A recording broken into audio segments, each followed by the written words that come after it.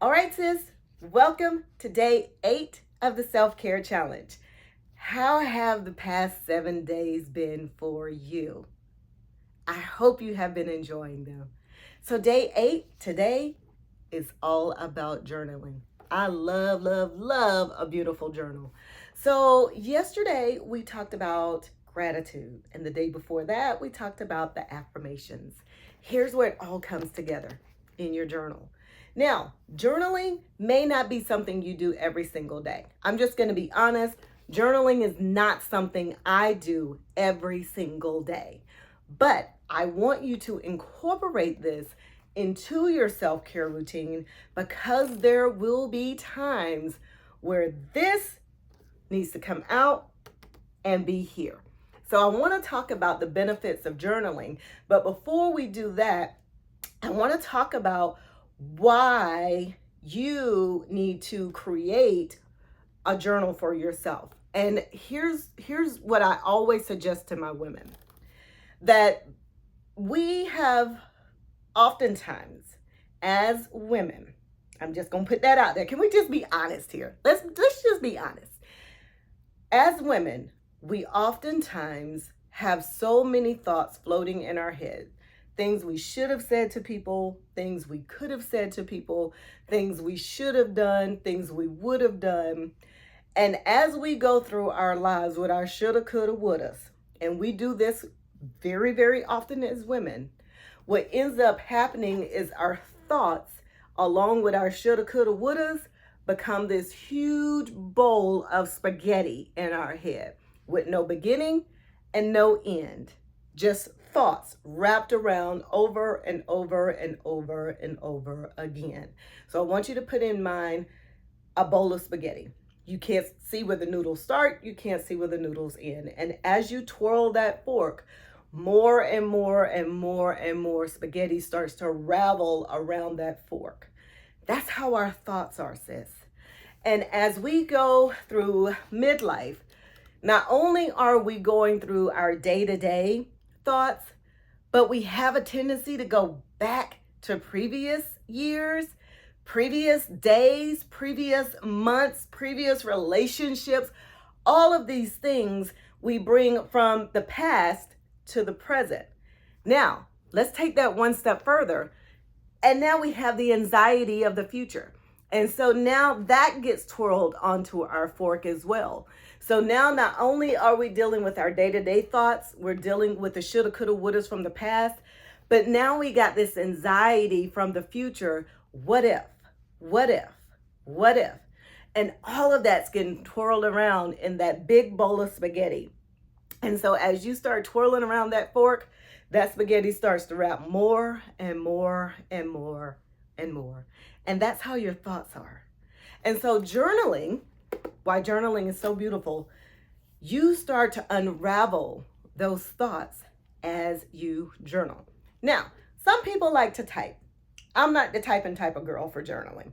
I love to write because we started writing early. If we're in our mid 40s, you learned how to write before you learned how to type. And naturally, when you type, you put a filter up simply because you don't want to type that much. And so you begin to cut off some of your words. Sometimes unconsciously, you do it.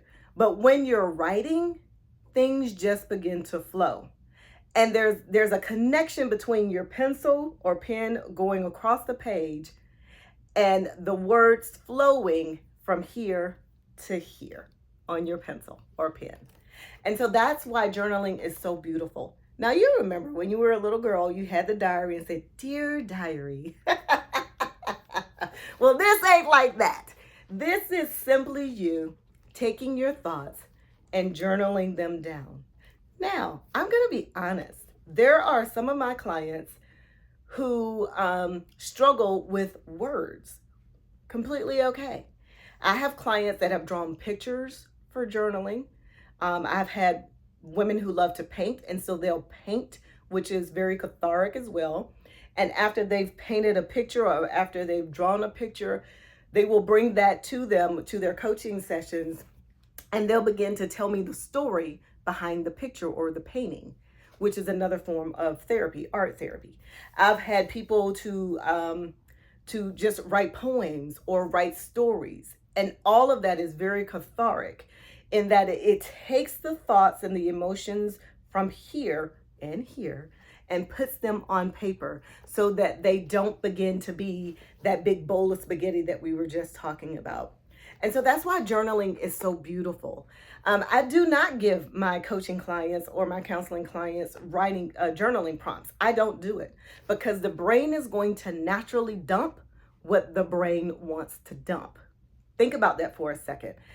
I don't tell you what to eat well, sometimes you do if you go to a nutritionist, but even with that, they will give you certain things that they want you to pull from. But even with that, there are certain things that when you put them in, they're going to create more thoughts. So as you begin to think about your past and those thoughts coming in, more thoughts are going to come. And as those thoughts come, more thoughts come. All of that's still related to the initial thought. And that's why journaling is so beautiful, because now one thought leads to the next thought, which leads to the next thought. And the thoughts are no longer here, becoming a bowl of spaghetti.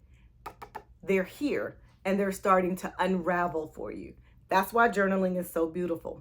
So if you think of, well, wouldn't it be easier, Dr. T, if you just gave me stuff to write about? Yeah, that would be pretty easy, but your brain may not need to process that. Your brain may be different from somebody else's brain, which may be different from somebody else's brain. Your past may be coming up a little bit more for you. You may be having thoughts about your past, whereas one of our sisters may be having more thoughts about her future. And so giving you a writing prompt doesn't necessarily bring out of you what needs to come out of you. And so that's why I share with my clients, listen, if you're having racing thoughts, write them down. Because the brain is going to process what the brain is ready to process. Here's why journaling is so beautiful. We filter, we don't want to process some things sometimes. So we layer them on top of each other, layer after layer after layer after layer, right? And so what ends up happening is the brain will start to have flashbacks or have future thoughts of things to come. And that's when you know it's time to brain dump. That's what I call it, brain dumping. So if you find yourself having thoughts about things in the past, well, I remember when, and that keeps coming back around, coming back around, coming back around, that's your brain telling you it needs to process something. Or if you are worried about a future event, well, I'm worried about this, what if this, or let me think about this, or can I do this? That's your prompt to let you know the brain wants to process something. The brain needs to dump it out. So that's why journaling is so beautiful. The brain is going to process what the brain wants to process. So I could give you a menu of stuff, kind of like a nutritionist will say, hey, here are some things that you can choose from for your meal plan. Pick one, eat it, get one from this column, one from this column, one from this column, one from this column. That's what the nutritionist will do for you. The brain is letting you know that if a thought keeps coming back up, it's ready to process it. So go get you a beautiful journal. So here are 3 benefits to journaling, sis. And again, I'm just being honest. I don't journal every day, but when I do, my brain says, listen, girl, I got some stuff I need to process. Let's go get that journal out because I need to get it out of here and put it here. Here are 3 reasons why journaling could just work for you. Here's the first one. It's a stress relief. Yep, just think about that for a second. Taking your thoughts from here, putting them on paper here is a stress relief. They're not here floating around. They're not here going back to the back part of the brain, coming back to the forward, going back, coming forward, going left and right. It helps to relieve stress. So as you're writing, it helps to relieve stress. Think about that for a second. How many of you remember being that little girl and at the end of the day you could not wait to go home and put in your diary that Jamie Simmons or Theodore Cunningham talked to you in the hallway? You couldn't wait to do it because you were so excited. That was you putting those thoughts on paper. So journaling is a stress relief. Here's the second benefit to journaling. It helps us to gain emotional clarity and emotional regulation. So when you can put emotions down on paper, I got frustrated today, or I was angry today, or I felt sad today, or today was an amazing day because whatever reason it is, it helps you to gain emotional clarity and helps you to regulate your emotions. Let's just be honest. This day and age, how many of us know people who are emotionally unregulated? Let's just be honest, sis. We all do. We know those people that we kind of go, yeah, I'm gonna need you to tap into your emotions a little bit more. Journaling helps to regulate your emotions.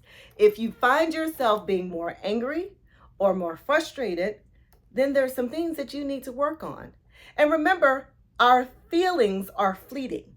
So you may have a fleeting emotion today or feeling today, and tomorrow is a completely different day. But you don't go back to address it, and it comes back up again. Journaling helps you to see the pattern. One of the homework exercises that I do give some of my clients is I tell them to journal. You don't have to do it every day. You don't have to do it at the same time every day. But at least once a day, I want you to brain dump. I don't care what you're dumping. What ends up happening is the clients that do complete the journaling homework, when they come to counseling, we begin to see a pattern of things or emotions that are coming up for them. And those are the emotions that we pull out and we work together to gain more clarity and regulation of those emotions. So journaling helps with emotional regulation. Here's the third benefit to journaling: self-reflection and reassessment. How many of us can go back in time and just self-reflect of some things that we've done great and some things we've done not so great? We have the opportunity that we say hindsight is 2020. We have the opportunity to kind of play things back in our head, to do a reassessment of how we've shown up or an event that we feel like we could have handled a little differently. But here's the flip side of that. It helps us to be refocused for the future. So journaling helps with self-reflection, self-reassessment, and it helps us to refocus for the future. All in journaling. Journaling doesn't have to be a marathon session. You can brain dump in as little as 10 minutes a day if you choose to do it. Again, I'm just being honest, I don't journal every day, but when I do, I can honestly tell you I feel so much better that I've taken everything out of here and had the opportunity to dump it somewhere, to know that it's safe and that I can go back and pull it up anytime I need to from here because it's written, and not try to remember it here. Here's another thing. Here's the bonus to journaling for those of you who do love to journal. Try journaling. If you're one of those people who have racing thoughts as you go to bed at night, try journaling for about 5 minutes before you go to sleep. See how that works for you. To unravel some thoughts from the day in your journal before you go to bed. Try it to see if it helps to calm your brain down enough so that the racing thoughts will stop. Now, I can be honest, I do have a to-do list that's on my nightstand that when my thoughts start racing, I don't necessarily will start journaling about those thoughts, but I'll write down the racing thoughts so that I can calm my brain down enough to not try to remember the racing thoughts in the morning. Okay, remember in the morning you need to do X, Y, Z. Okay, remember in the morning you need to go here, you need to call this person. No. If I write it down, it frees my brain up. It gives my brain permission to move on from the thought, to move on to the next thought. Now, those of you who have those racing thoughts at night before you go to bed, try journaling just a little bit to see if that helps get that bowl of spaghetti of thoughts down for you so that you can calm your mind down enough to be able to gently fall asleep. So if you're not journaling, I hope this helps you to kind of go out there, hit your local Marshall, TJ Maxx, Dollar General, or places like that, and pick you up a beautiful journal. You may be surprised what actually comes out of your journal, what comes out of here onto the paper. It may surprise you a little bit. You may be holding on to some things that you never thought you were holding on to, that putting it on paper has given your brain permission to let it go. So I hope this helps. Let me know if journaling works for you. Hey, listen, I also want you to challenge yourself as well. Try putting some of your affirmations in your journal. Here's why I like to do that on the times that I do journal. Here's why I like to do that, because I like to see where I've grown from in some of my affirmations. Some affirmations that I had many years ago, I've grown from them and I've seen those things come to fruition that I affirmed, and watching myself grow from that to this, I was able to do that with journals. I have some journals that I still kept during some of the most darkest times in my life. I was able to hold on to those journals. I was able to hold on to those journals during my grandparents' death, my parents' divorce, my divorce. During some really, really dark times in my life, I was able to journal during those times and to see the growth in myself, not only in the affirmations that I put in those journals, but the thoughts that I had. To see myself grow from those thoughts to now is a game changer, to see how I've been able to grow and mature as a woman. And so journaling helps you to see yourself where you were and actually see yourself today. And then actually putting down some thoughts about how you want to be as a woman in the future. So don't discount journaling. It's a great stress relief. It helps with emotional clarity and regulation. And it also helps with self-reflection, self-assessment, and self-refocus for the future. All right, sis, that's day 8. I will see you tomorrow for day 9.